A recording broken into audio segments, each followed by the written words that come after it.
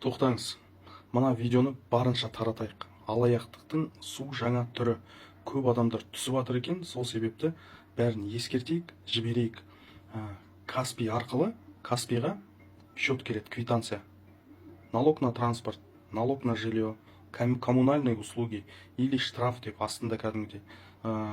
Управление госдоходами город Алматы деп мысалға солай келеді, бірақ бұның бәрін жіберіп отқан шын мәнінде налоговый емес. Естеріңізде ме, кезінде соғыс басталғанда Украина, Ресей бізге ағылып келді қашқындар. Солар енді иін алып бізде Қазақстаннан өздеріне Каспий ашып алған.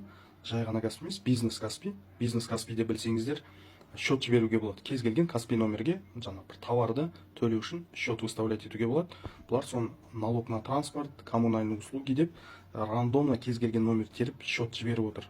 Біз не істейміз? Біз үйреніп қалғанбыз, Каспийге сенеміз. Бойы осы бір келмейтін кезде келеді екен, осы налогта дейміз да алып басып төлей саламыз. Мұқият қарауларыңыз керек. Жаңағы жай ғана налог келгенде УГД город Алматы деп келеді. Аналарда жаңағы мошенник алаяқтарда ИП УГД город Алматы деп келген жағдайда ешқашан төлемеңіз.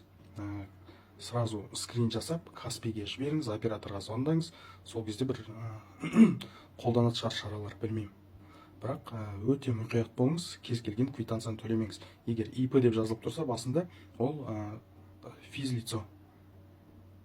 Бәріне таратайық, историяға салайық, группаларға жіберейік. Ағайын көп адамдар таныстарының арасынан да түсіп отыр.